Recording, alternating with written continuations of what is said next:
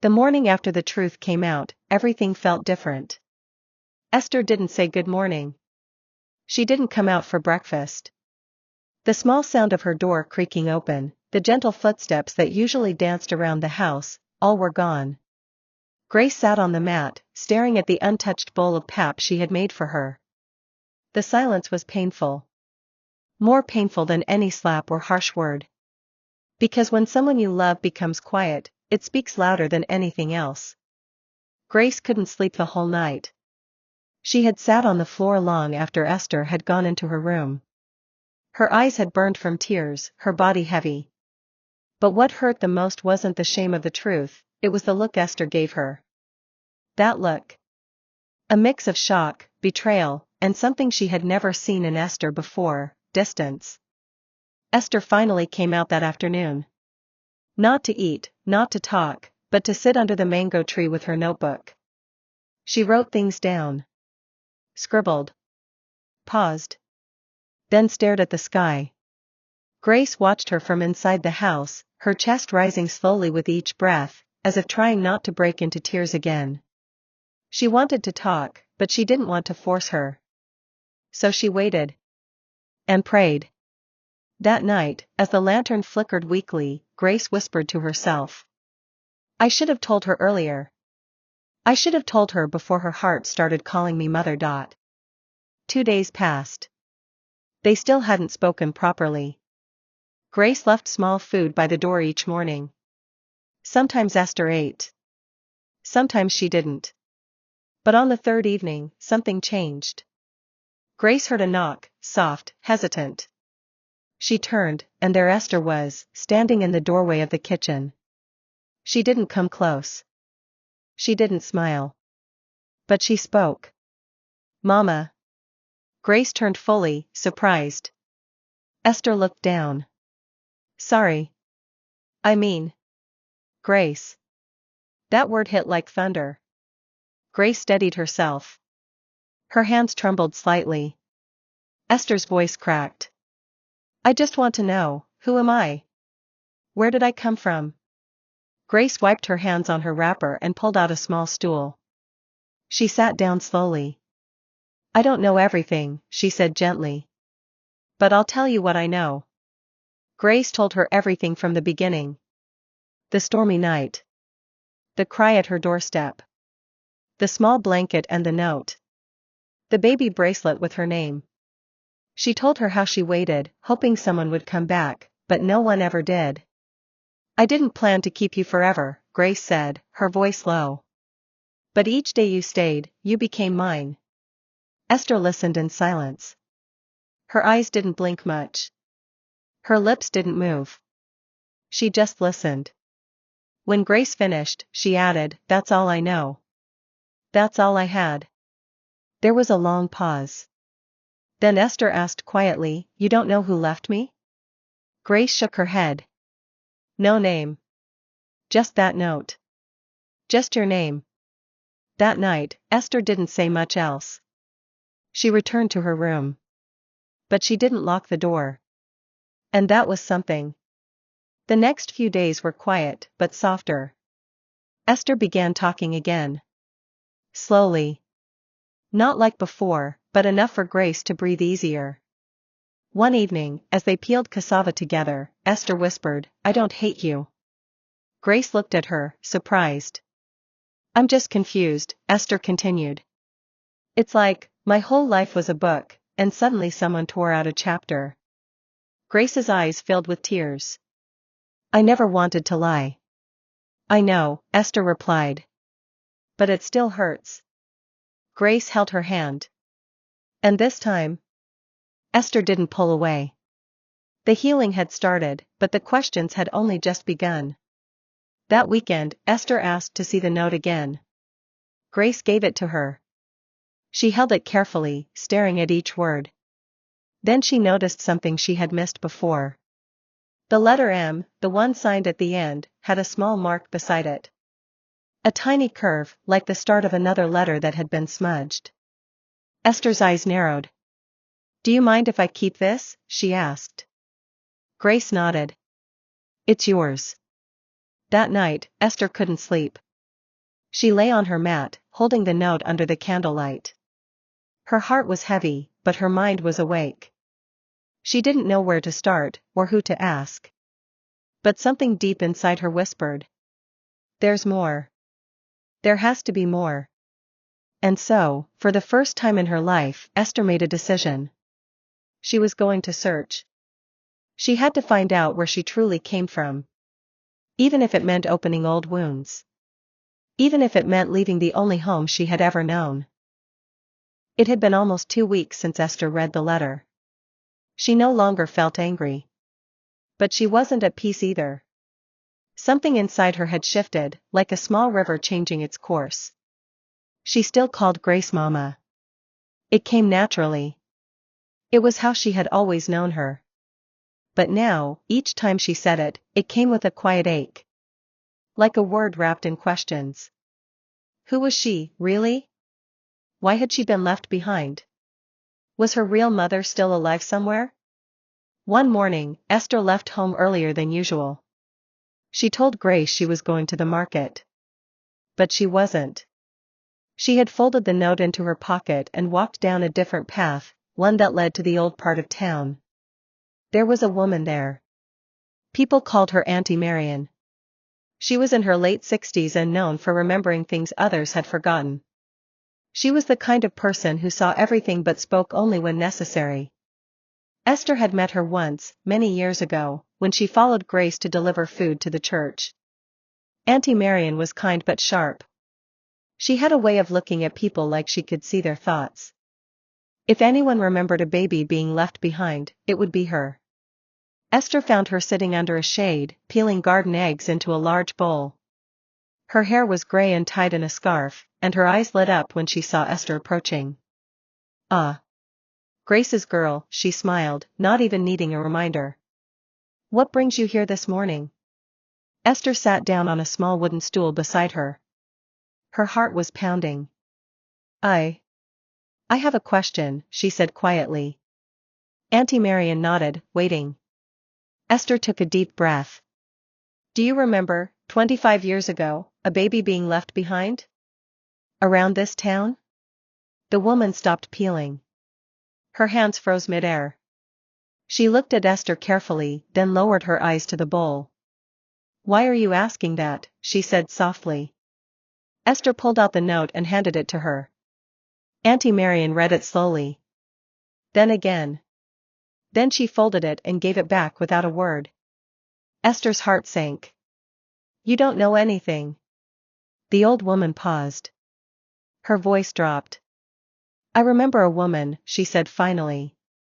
"Quiet, scared. Not from here. She came with a big bag, stayed 2 days in that old guest house by the stream." Esther leaned in. "What was her name?" "I don't know her full name. But someone called her Marian too. That's why I remembered. Said it was a family name. She had a baby with her." Esther's eyes widened. Auntie Marian continued. "She would walk back and forth with the baby on her back. Always looking around like someone was chasing her. Then, one morning, she was gone. Just like that." Esther clutched the note tightly. "Do you think it was me?" The woman looked at her again, this time longer. "You said your name is Esther, right?" "Yes." She nodded slowly. "Then maybe it was." Esther's mind began to spin. Why was this woman afraid? What had she been running from? And why did she choose Grace's doorstep? There were too many questions, and too few answers. But now Esther had a direction. A thread. That guest house. Later that day, she returned home and told Grace about everything. Grace was quiet for a long time. Then she said something that surprised Esther. "I always felt like someone was watching from afar. Like they wanted to be sure you were safe, but didn't want to be seen." Esther blinked. "Why didn't you ever tell me that?" "I didn't want you growing up in fear. I wanted you to feel safe here. To feel like this was home." Esther was quiet for a while. Then she whispered, "It was home." And Grace smiled, just a little. A smile filled with both pain and relief. The next morning, Esther visited the old guest house. It had changed. Now it was just an empty, broken-down building, with faded blue paint and cracked windows. Weeds had grown all around it. But she walked around slowly, imagining what it looked like back then. She stood by one of the doors. Maybe her real mother had stood here. Maybe she had cried here. Maybe she had kissed her goodbye just before leaving her behind. Esther pressed her hand on the doorframe and closed her eyes. She didn't feel anger. Just sadness. And longing. As she walked away, something caught her eye. A very old woman was sitting under a nearby shed, shelling groundnuts. Esther greeted her politely. "You came to see the old guest house?" the woman asked. Esther nodded. "Do you remember anyone who stayed there, years ago?" The woman looked up. "I remember one girl. Young. Maybe 20 or 21. She had a baby. I gave her water once. She had tears in her eyes." Esther's heart skipped. "What did she look like?" she asked. The old woman stared at her for a long moment. "Like you," she said. Esther sat on the edge of her bed that night, holding the note in her hand again. She had read it 100 times by now, but tonight it felt heavier, like it carried more weight than before. The old woman's words echoed in her ears. "She looked like you." Esther closed her eyes, trying to picture her, a young girl, maybe 20 or 21, holding a baby tightly on her back, crying quietly, walking up and down in fear. She must have been so scared. So alone. Esther felt something she hadn't felt before, not just sadness, but compassion. For the first time, she didn't only see herself as the abandoned child. She began to wonder, what if my mother didn't want to leave me, what if she had no choice? That thought stayed with her through the night. By morning, she had made a decision. Esther returned to the shed by the old guest house. The old woman was there again, slowly sweeping around her compound with a short broom. "Good morning, Mama," Esther greeted. The woman looked up, smiled faintly. "You came back. I wanted to ask more, about the woman. The one with the baby." The old woman leaned on her broom. "You've been on my mind since yesterday," she said. "I don't forget faces easily. Yours has a memory tied to it." Esther listened closely, her heart beating slowly but loudly. "I remember something she said," the woman continued.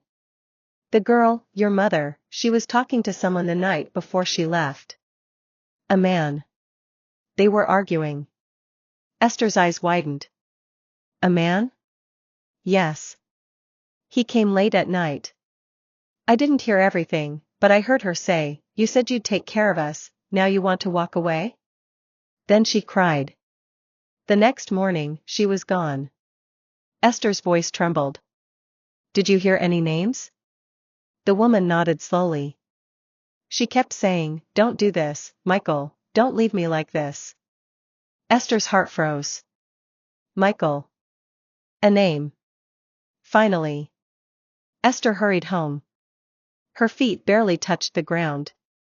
Grace was washing clothes by the back of the house. Esther didn't waste time. "Mama," she said, breathless. "Did you ever hear the name Michael when I was little?" Grace looked up slowly. She didn't speak at first. Then, gently, she put the clothes down and sat on the bench nearby. "Where did you hear that name?" she asked softly. "I went to the old guest house again. I spoke to a woman there. She remembered my mother arguing with a man named Michael." Grace sighed deeply. She looked far away, like she was searching her memories. "Michael," she said again. Yes, I heard that name once. A woman passed by my shop about 20 years ago, asking for directions to someone named Michael. She had a child with her, maybe 4 or 5 years old. I remember, because she looked tired. Lost." Esther's hands trembled. "Did you speak to her?" "I did. But she didn't say much. She was trying to find someone, a man named Michael who used to live in the town before he moved to the city." I didn't know him, so I couldn't help. Esther sat down slowly, her heart heavy with thoughts. Do you think she could have been my mother? Grace was quiet. Then she said something that stayed with Esther for a long time. I don't know, Esther. But if there's one thing I've learned in life, it's this: a mother never truly forgets her child. If she was still searching after all those years, maybe she never stopped loving you. That night, Esther didn't sleep much. She laid on her mat, staring at the ceiling, whispering the name again and again. Michael. The name was like a key. And she needed to find the door it unlocked. 3 days later, she visited the church archives. Grace had told her that long ago, many families registered their addresses and household members at the church, especially when they had baptisms or weddings. She searched for hours. Old dusty books, faded ink, torn pages. And then, there it was. Michael Thomas. Address, Abbey Junction. Year registered, 1998. Listed occupation, tailor. Esther's eyes filled with tears. This could be it. Finally, something real. She went home and told Grace. Grace's hands covered her mouth in surprise. That's just 2 villages from here, she said. How come we never heard of him before? I want to go, Esther said firmly. Grace looked at her. She saw the seriousness in her eyes. The quiet fire that had been lit. I'll go with you, she said. Esther smiled faintly. No, not yet, she said. Let me go alone first. The next morning, Esther left early. She dressed simply, tied her scarf, and held the note in her pocket like a treasure. The road to Abbey Junction was dusty and long. She walked for almost 2 hours. When she finally arrived, she asked around quietly. An old man sitting under a tree nodded when she asked for Michael Thomas. Yes, I remember him, he said. Used to sew clothes for weddings. He left the village about 15 years ago. No one heard from him again. Esther's heart sank. Do you know where he went? The man scratched his head. Someone said he moved to the city. Lagos, maybe. But his younger sister still lives here.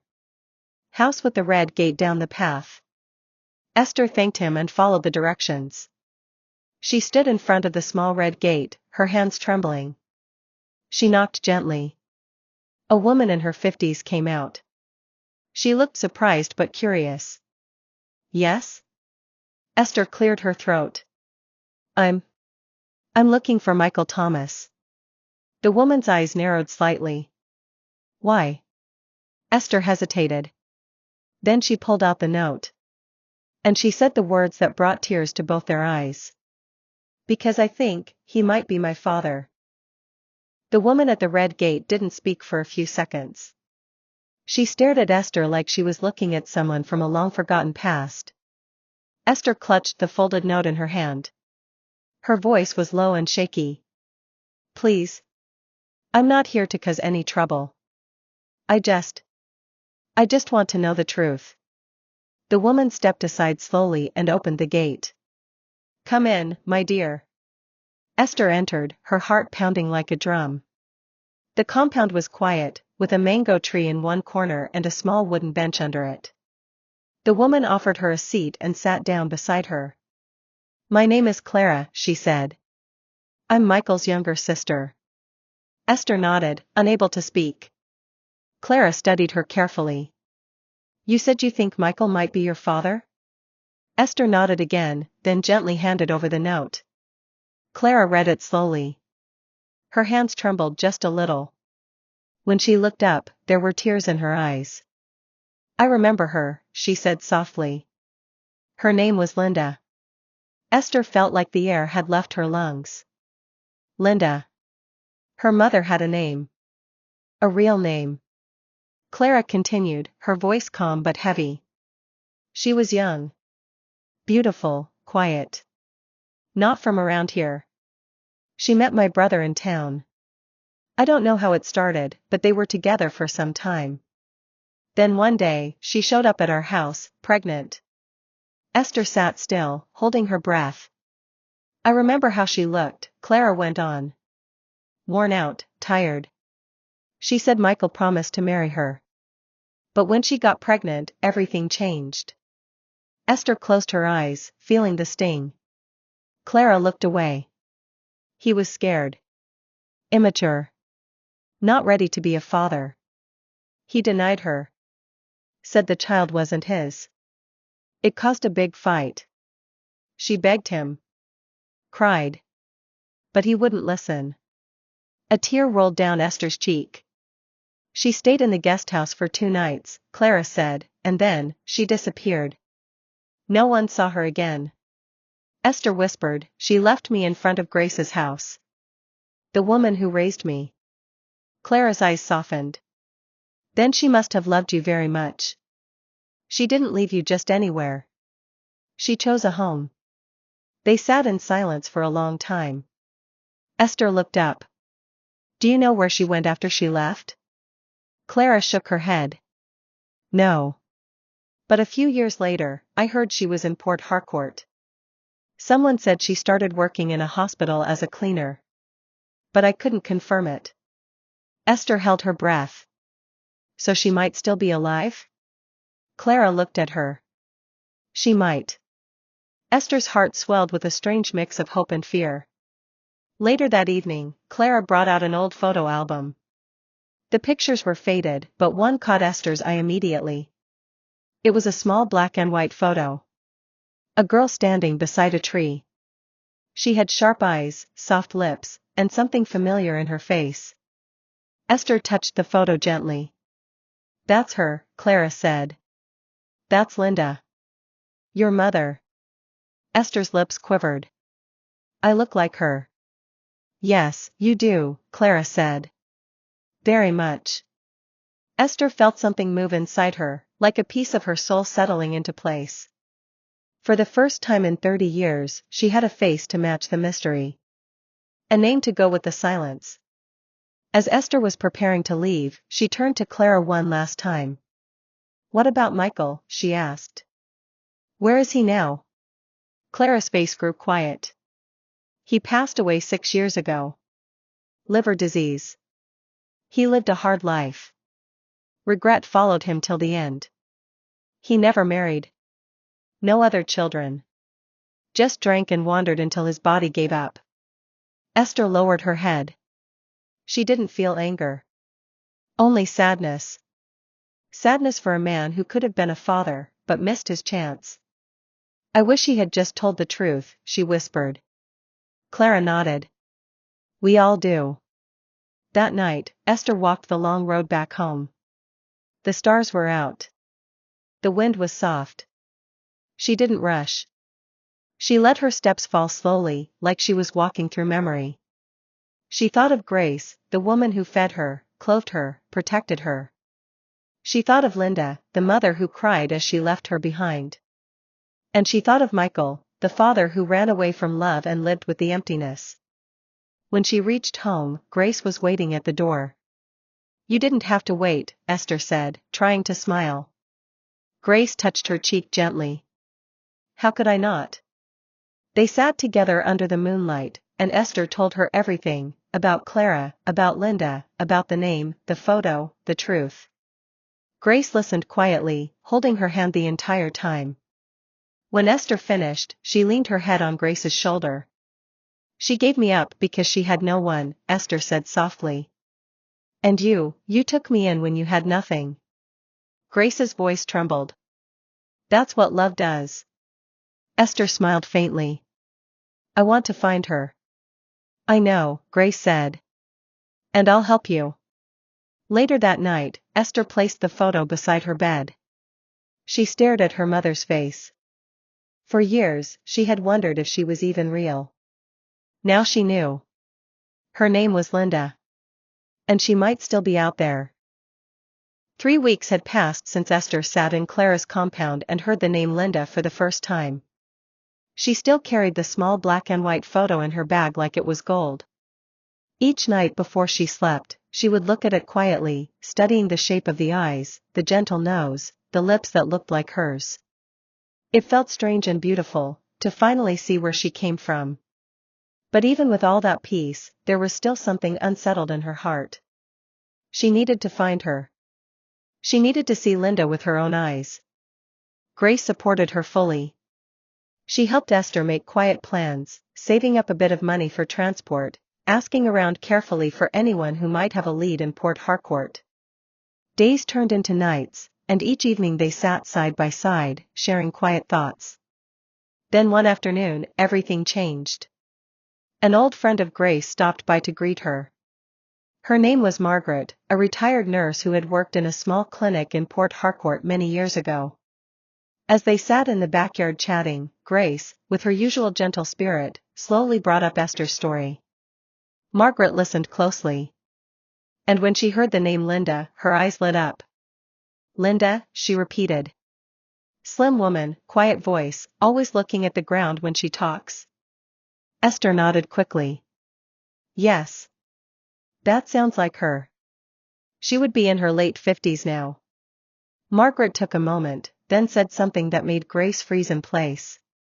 She still works there, at the clinic I retired from. She's a cleaner there. Lives not far from the staff quarters. Esther gasped. Her chest tightened. Her hands shook. She was real. She was close. 3 days later, Grace and Esther made the journey to Port Harcourt. It was a long road, not just in distance, but in memory. Esther stared out the window most of the way, her mind full of what-ifs. What if she was too late? What if Linda had forgotten her? What if she refused to talk? Grace held her hand often during the ride. You don't have to expect anything, she said. Just show up with love. Esther nodded. That was all she could do. When they arrived at the clinic, Margaret welcomed them warmly and took them straight to the back where the cleaners usually gathered after their morning rounds. It was quiet. The hall smelled of antiseptic and old paint. Then, through a narrow hallway, a woman appeared, thin, tired, dressed in a faded blue uniform, with gray streaks in her hair and slow, careful steps. Margaret smiled. That's her. Esther stared. She had imagined this moment for so long, and now that it was here, she could barely breathe. Linda looked up and saw them standing there. Her eyes met Esther's, confused at first, then curious. She came closer, wiping her hands on a cloth. Good morning, she said softly, her voice as gentle as the breeze. Esther stepped forward. She opened her bag and pulled out the old photo. I think this is you, she said, her voice cracking. Linda looked at it. She blinked. Then, she froze. Her hands started to tremble. Her lips parted. She stepped back slowly, tears already rising in her eyes. No, she whispered. It can't be. Esther reached into her bag again and pulled out the note. Grace raised me, she said. But this letter, this note, it led me to you. Linda took the paper. Her knees gave way, and she slowly sank to the floor, covering her mouth. Tears ran down her face. I thought you died, she cried softly. All these years. I prayed, but I was too scared to go back. Esther knelt down slowly beside her. I didn't die, she whispered. I waited. I waited for 30 years. Linda sobbed. I left you because I had nothing, she said.